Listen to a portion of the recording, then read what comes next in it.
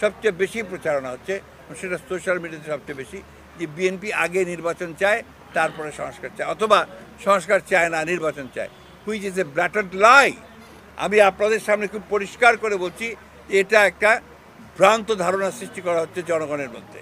আমরা বারবার করে এই কথাটাই বলছি যে আমরাই তো সংস্কারের প্রবক্তা, আমরাই সংস্কার চেয়েছি। আমরা আমাদের 31 দফা যেটা দিয়েছি, একটা দেখবেন না গভর্নমেন্টের যে সংস্কার প্রস্তাব আছে তার সঙ্গে কোনো অমিল আছে। হ্যাঁ, কতগুলো বিষয় আছে সংবিধানের সংস্কারের ব্যাপারে, সেখানে আমরা সুস্পষ্টভাবে আমাদের মতামত আমরা দিয়েছি। কতগুলো বিষয় আছে যেগুলো মীমাংসিত, সেই বিষয়গুলোতে আমরা হাত দিতে চাই না। এখন বলেন তো দেখি, গণতন্ত্রকে বাদ দিয়ে আপনি বহুত্ববাদ, এটা আমাদের দেশের কয়টা লোক বোঝে? আপনারাই বলেন। বহুত্ববাদ বলতে মাল্টিল্যাটারালিজম, তাই না? তো কয়টা লোক বোঝে? কয়টা লোক আপনার ইলিনয়েস ইউনিভার্সিটি থেকে পিএইচডি করে এসছে? বলেন আমাকে। সংস্কার কারা করছে? রিফর্মগুলো কারা আনছে?